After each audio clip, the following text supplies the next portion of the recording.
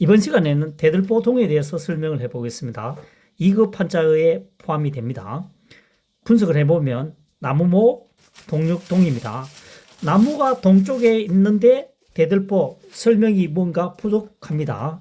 사전을 잘 찾아보면, 옥편을 잘 찾아보면 동육동 또는 주인동이라는 훈과음이 기재되어 있습니다. 나무의 주인에 해당하는 것은 대들보이다. 설명이 되죠. 그러면 대들보는 뭐냐 설명을 해보면 기둥과 기둥 사이에 연결해 주는 겁니다. 이 부분이 뭐죠? 지붕을 받치고 있는 거죠. 굉장히 중요한 역할을 하고 있습니다.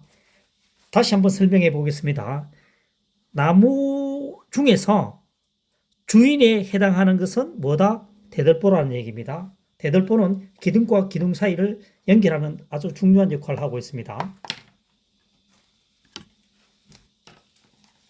그 다음 나무잎 옆입니다. 나무잎 옆. 세상의 모든 나무는 뭘 가지고 있습니까? 나무잎을 가지고 있다는 얘기입니다. 나무잎을 가지고 있어야만 광합성 작용을 할 수 있겠죠. 영양분을 공급받을 수 있다는 얘기입니다. 그 다음 인간세자입니다. 인간세자는 7급에 해당하는 한자어입니다. 이 글자를 생각보다 조금 복잡합니다. 이게 파자 분석을 해보면 서물입입니다. 열서물, 서물입 숫자 20개라는 뜻입니다. 수물언이죠. 수물언. 그러면 직역을 해보도록 하겠습니다.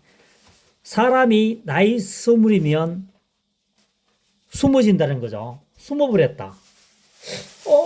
어떤 한날 그 주변에 보니까 어떤 여자아이가 없어졌다는 얘기죠. 결혼을 했다는 얘기입니다. 그래서 나이 20 이전에 숨어진 것은 결혼을 하여 한 세대를 구성했다 이런 얘기입니다. 그래서 여기서는 인간세라고 학습하기보다는 세대세, 나이 20 이하이면 숨어서 결혼을 했다는데 다 타지역을 가게 되니까 안 보이죠. 안 보이니까 숨은 것처럼 보이는 거고요. 그래서 뭡니까? 한 세대를 구성했다는 얘기죠. 세대세, 그 다음 인간세, 이렇게 의미 확장을 하면 되겠죠. 그래서 세대 구성을 한다 할 때 인간세자를 씁니다. 세대세. 그 다음에 전세금 할 때의 세낼 세자에 대해서 학습하는 시간을 가져보도록 하겠습니다. 이것은 2급 한자에 해당됩니다. 인간세자죠. 그 다음에 조개패자입니다. 조개패는 뭐죠? 돈과 화폐를 의미하기도 합니다. 사람들은 화폐를 받고 돈을 받고 뭐 하죠? 세를 낸다 이겁니다. 전세금, 세낼 세자입니다. 인간에게 돈을 받고 건물을 세낸다 이 말이죠. 그래서 전세금 할 때 사용하는 글자입니다. 한자어입니다. 그 다음 잎사귀엽입니다. 잎사귀엽, 잎엽 5급에 해당하는 글자입니다. 이 글자를 파자 분석하면 이 글자도 마찬가지입니다. 글자를 쓰기는 조금 복잡해 보입니다. 한번 분석해 보겠습니다.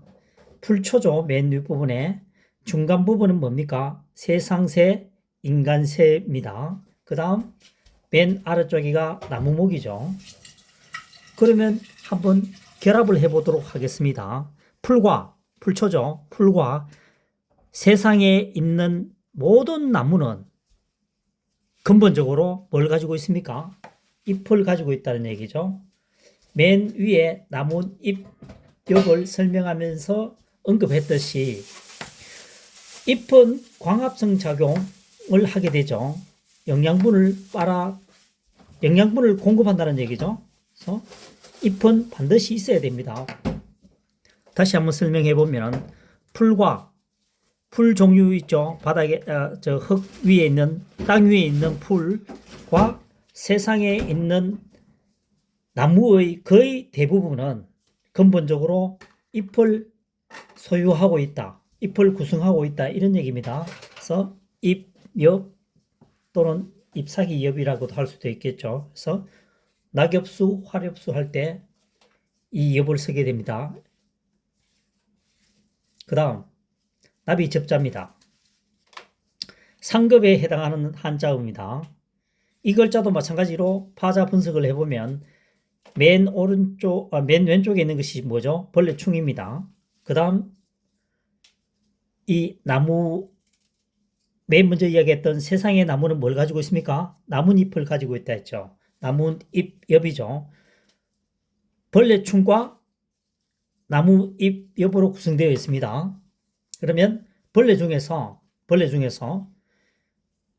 뭐죠? 나뭇잎으로 찾아가는 것은 뭐다는 얘기죠. 이 글자가 나비접이니까 나비다는 얘기죠. 벌레 중 나뭇잎을 찾아가는 나비도 있다는 얘기입니다. 이 글자가 나비접이 되겠습니다. 뭐 대표적인 사자성어로서는 호접지몽, 나비가 되어 날아다니는 꿈. 다시 말하면은 현실과 꿈의 구별이 잘 안 된다는 거죠. 못하고 있다는 얘기죠. 꿈꾸고 나니까 세상이 세월이 굉장히 많이 지나갔다.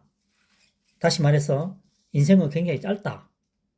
인생의 덧없음을 설명하고 있겠죠. 5%는 틀릴 수도 있습니다. 그 다음 동육동자입니다. 동육동자는 8급에 해당하는 한자입니다.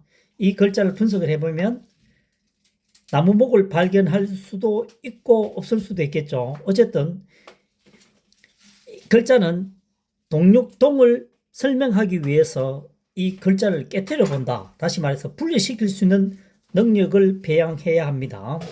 보면은 나무목이 있고 나무목자를 빼버리게 되면은 해일자가 남죠. 해일자가 남습니다.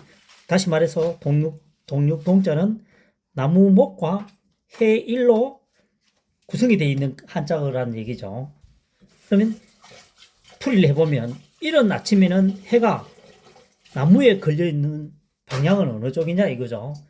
당연히 동쪽이겠죠. 해가 걸려있는 쪽은 동쪽이다라고 설명하면은 뭔가 부족한 마음이 들 수도 있겠지만 어떻게 한다? 이런 아침에 해가 나무에 걸려있는 방향은 당연히 동쪽이겠죠. 해가 동쪽에서 뜨니까요. 그래서 이 글자는 동자가 되겠습니다.